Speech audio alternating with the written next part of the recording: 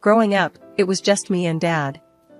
After Mom died when I was little, Dad took the reins, tight.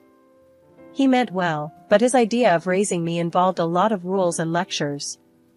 I always felt like I was suffocating under his constant watch. So, the day I graduated high school, I was out. I headed straight to college on a full ride, courtesy of my knack for numbers and hard work. College was my breath of fresh air. I was on my own, making my own rules. I studied accounting, worked my tail off, and landed a job at a firm as an assistant while still in school. By the time I graduated, they bumped me up to a full accountant, handling major accounts like I was born for it. 2 years later, life threw me a curveball named Eric. Met him through friends at one of those gatherings I usually avoided but felt like crashing that night. Eric was different, easygoing, and laughed a lot. He didn't come with that heavy vibe some guys did, trying to pin you down and map your whole life out in front of you. We hit it off, talking about everything from old school hip-hop to our mutual disdain for overcooked pasta. It wasn't long before we started dating. He was a breath of fresh air, making me laugh and actually listening to what I had to say. It felt like a partnership, which I hadn't realized I was missing. Eric talked a lot about how he dreamed of making music, and even played the guitar for me. One evening, lounging at his place, Eric casually said, holding the guitar in your hands, "Carly, I think it's time you met my folks. They've been nagging me about meeting the girl who's got my attention." I froze a bit at that. "Meet your parents, huh? That sounds serious." He chuckled. "Nah, it's cool. They're chill. Not like your old man, I promise." We went for dinner at his parents' house the following weekend. I was on edge, expecting the third degree, but it was nothing like that. His mom was sweet, and his dad was this laid-back guy who joked more than he talked. No interrogations, just good food and a lot of laughs. They seemed genuinely nice, not trying to pry or dictate anything. It was so different from the life I knew with Dad. They didn't even flinch when I talked about my job and how I liked living life on my terms. After a few months, things with Eric got serious, and before I knew it, he popped the question. We got married in a small ceremony, just us and a few close friends. I didn't invite Dad. I couldn't deal with the scrutiny, not on that day. It was modest, perfect, and just what we wanted. No fuss, no drama. Driving back from the courthouse, Eric grabbed my hand and squeezed. "So, Mrs. Carly Phillips, how's it feel to be stuck with me?" I laughed, squeezing his hand back. "Not stuck, partner. Feels like we're in this together. Just keep it real with me, okay?" "Always," he promised, and that was enough for me. For the first time, I felt like I wasn't just escaping something, but actually running towards something great. The first few months of marriage were like living in a dream. Eric and I were a team, tackling everything from late-night work deadlines to weekend grocery runs. But as time passed, something shifted. It wasn't overnight, but the changes crept in slow and steady, like shadows at dusk. It started small.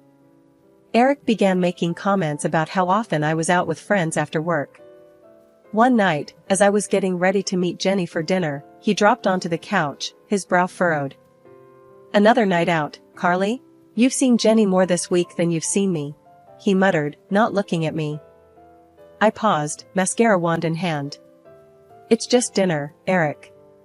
We've both been busy, and it's been ages since we caught up." He sighed, running a hand through his hair. "Yeah, I get it. It's just, I miss us, you know? Maybe you could skip this one?" I felt a tug in my chest. He looked genuinely upset. "Okay, sure. I'll call her and cancel.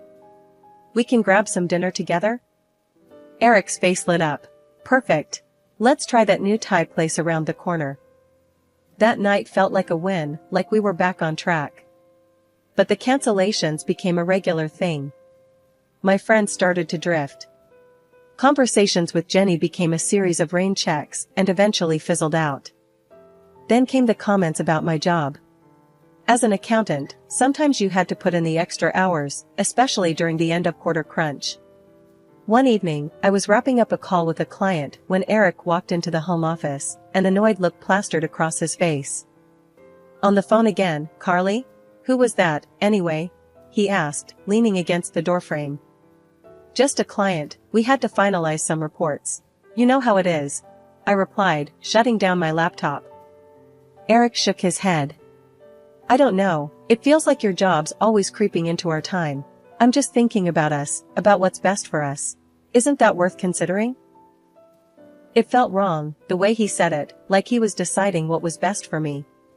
But I nodded, not wanting to argue. "I'll see what I can do," I said, even though every part of me screamed that it wasn't right. The final straw came when he insisted on joining our bank accounts. "It'll be easier to manage everything together," he argued one night at dinner. "But I like handling my own finances," I countered, trying to keep my voice calm. Eric slammed his fork down, his eyes narrowing. "So what? You don't trust me now? Is that it?" After that, things just weren't the same. The man I married, who talked about partnership and equality, seemed like a stranger. The balance we had was gone, replaced by his rules and his plans. I found myself fading into the background of my own life, my voice getting quieter as his got louder. Life started to feel tighter, like the walls were closing in on me, especially when it came to dealing with Eric's parents. They lived just a few blocks away, which at first seemed convenient, but soon enough, it felt like a trap. One Saturday morning, Eric casually mentioned, "Carly, Mom and Dad need help with their garden this weekend. We should go over and give them a hand." It wasn't a question, more like a given. "Sure, I guess," I replied, not really up for spending my day off digging in the dirt, but willing to keep the peace. We spent the entire day there, me pulling weeds and him chatting with his dad about the latest football game. As the sun set, and I wiped the sweat from my brow, his mom, Linda, called us in for dinner. "You're a lifesaver, Carly," Linda said, handing me a plate piled high with food.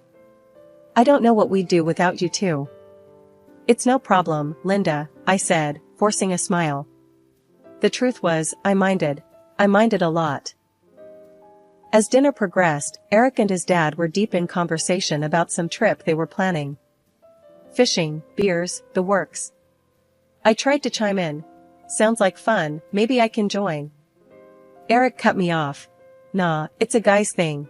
You wouldn't enjoy it." Linda chimed in, nodding. "And besides, I could really use your help that weekend. The attic needs clearing out, and it's just too much for me." I felt a lump in my throat. "Sure, Linda. I'll be here." It wasn't long before Linda considered it okay to call me up at work. One busy afternoon, my phone buzzed, and her name flashed on the screen. I hesitated but answered. "Hey Linda, what's up?" "Carly, I need you to stop by the store on your way home. We're out of a few things," she said, her tone assuming I'd just say yes. I was in the middle of something important, and frustration bubbled up. "Linda, I'm really busy." "It'll have to wait." There was a silence on the line, then a cold, "Oh, okay then. We'll figure something out." Hanging up felt like a small victory, but the guilt gnawed at me. It was always like this, trapped between what I wanted and what they expected of me. That night, over dinner, Eric brought it up.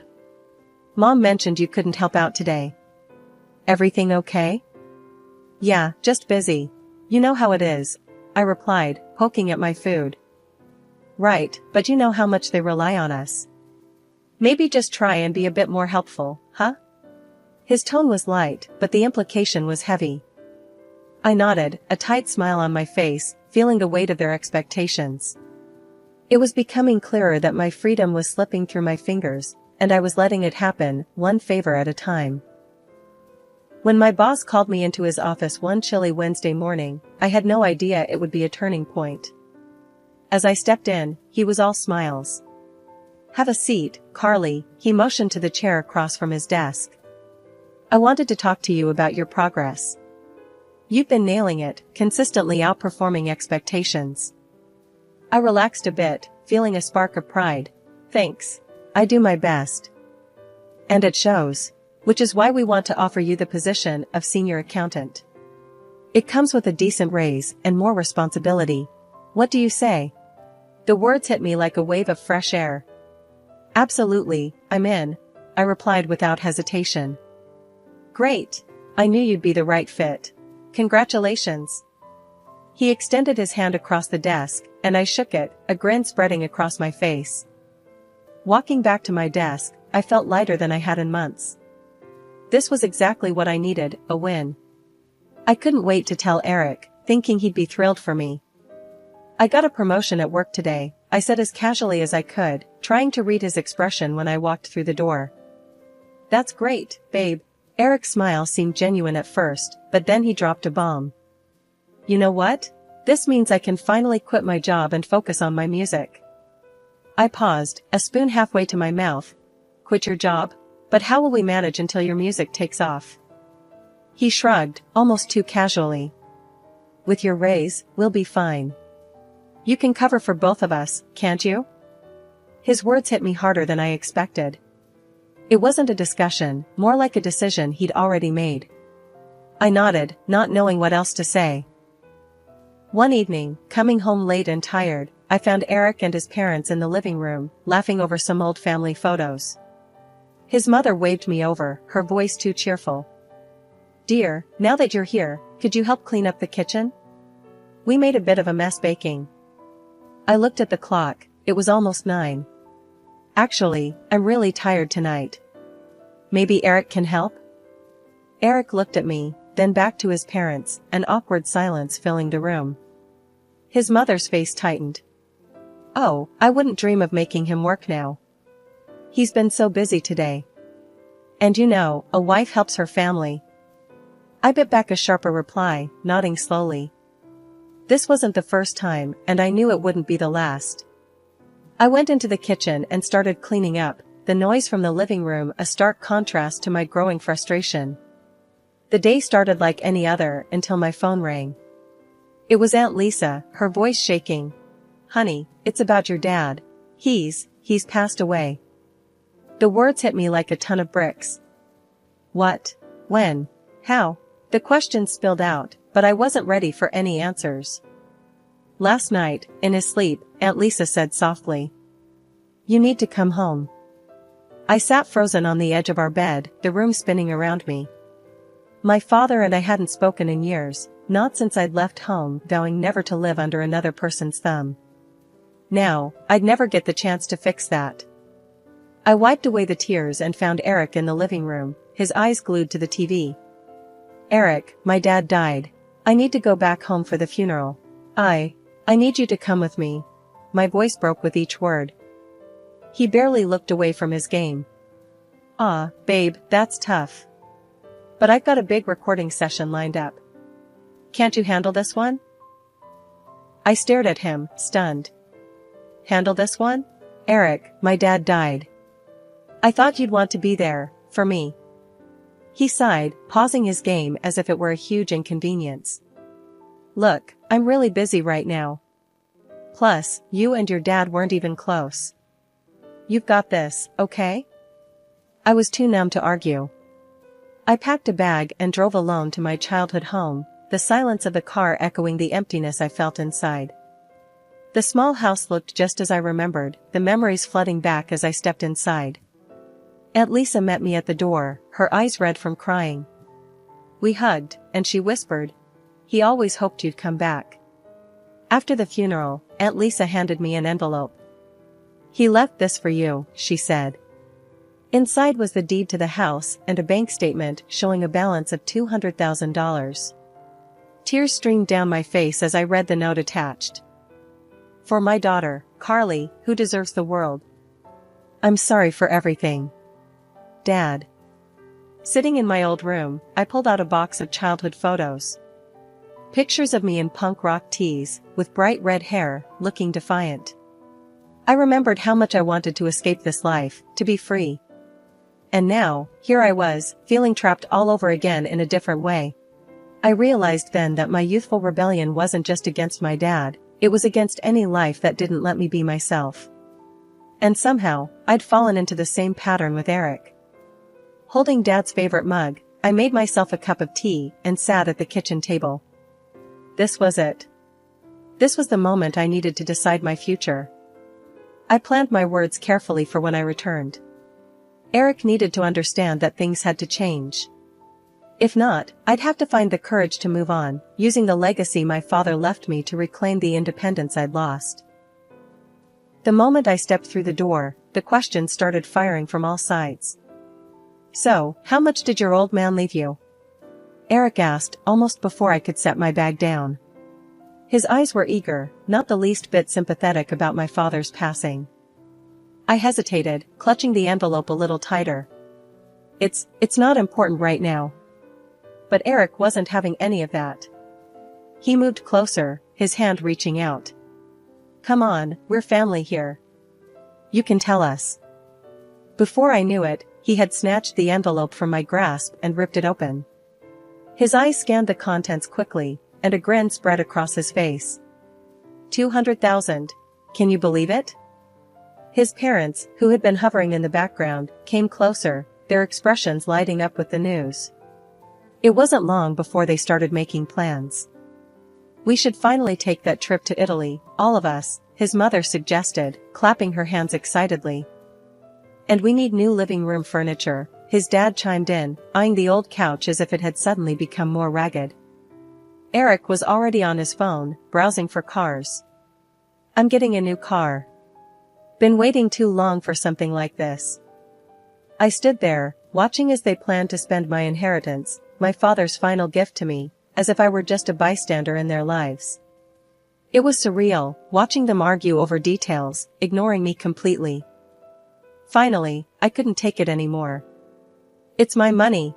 I raised my voice, louder than I had intended, my heart pounding in my chest.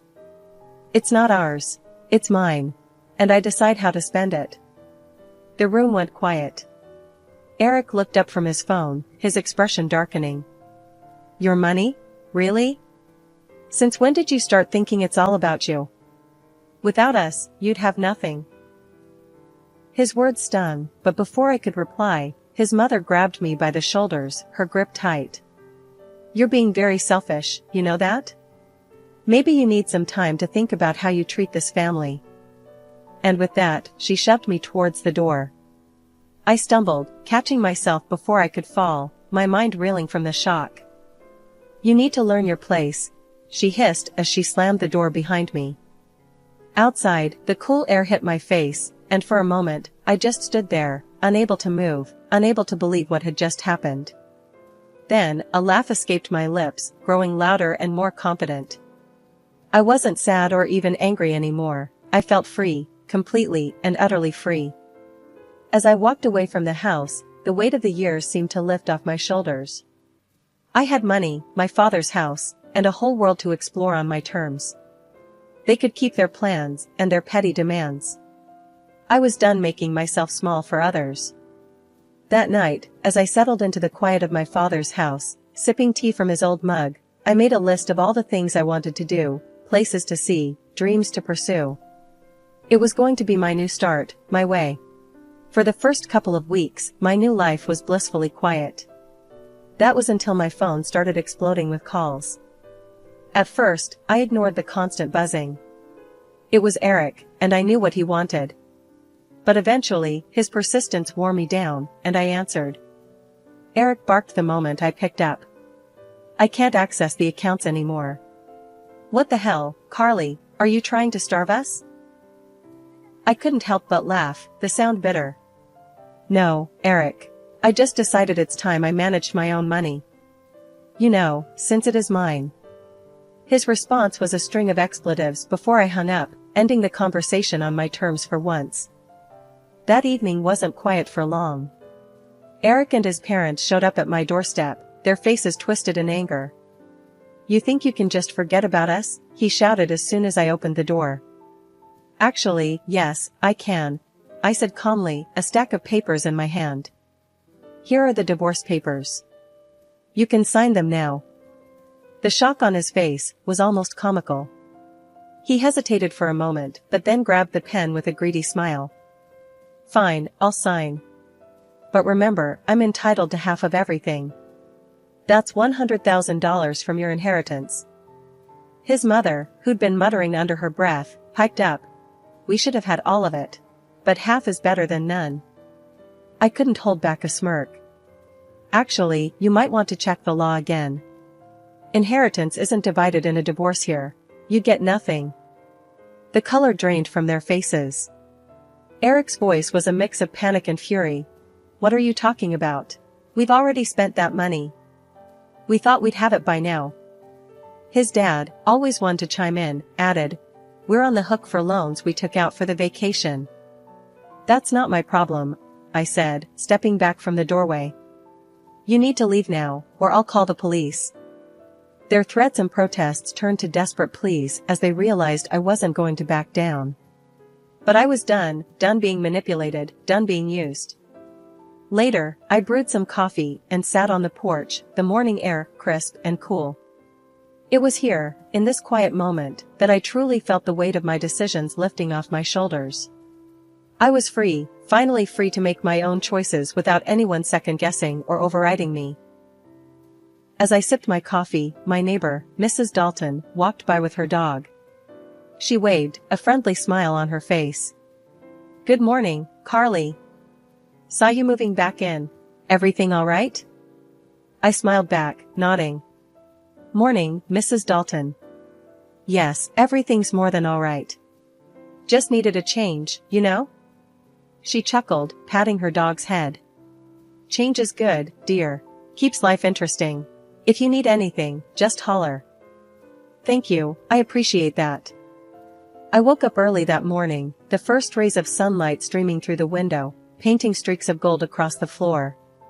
It had been months since I moved back into my father's house, months since I had taken control of my life.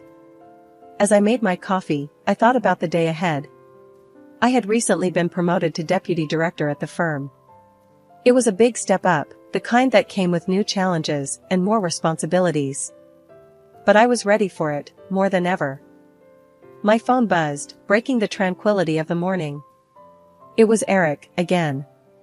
Despite everything, he was persistent, always trying to weasel his way back into my life. Hey, Carly, his voice crackled through the speaker, laced with a faint warmth I knew all too well. I'm busy, Eric. What do you want? I didn't have time for pleasantries. Just wanted to talk, see how you're doing, he replied, trying to sound casual. I'm doing great, better than ever actually, I said firmly, wanting to make it clear that his absence was a large part of my happiness. That's good, that's good. Listen, I was thinking maybe we could meet up, catch up properly? I sighed, the annoyance clear in my breath. Eric, there's nothing left to say. You need to move on, just like I have. There was a pause on the line, a moment of silence as he processed my words. I really am sorry for everything. I've changed. People don't change that quickly, Eric. And I've moved on. Goodbye. I hung up without waiting for a reply, feeling a surge of control. Since the divorce, Eric and his parents had spiraled downward. They had sold their house to cover debts, but it wasn't enough. Now, they lived crammed in a small rented apartment, chased by creditors they couldn't evade. Each attempt Eric made to pull me back into that chaos only strengthened my resolve to push forward on my own path. At work, I threw myself into my new role. My team was dynamic and supportive, responding well to my leadership style. We were currently navigating through a complex merger that tested all our skills. As the day wound down, I left the office feeling accomplished and headed home. The house welcomed me with its familiar warmth and comfort. That evening, I decided to treat myself to a nice dinner out. At the restaurant, I enjoyed a quiet table by the window, a good book in hand. Midway through my meal, I couldn't help but overhear a conversation at the next table. A couple was deep in discussion about the difficulties of managing family expectations in a marriage. I listened, a rueful smile playing on my lips. How well I understood that. Driving home later, the streets quiet and the night sky clear, I felt an overwhelming sense of peace. My life was entirely my own now. I had fought hard for this independence, and I would continue to protect it at all costs.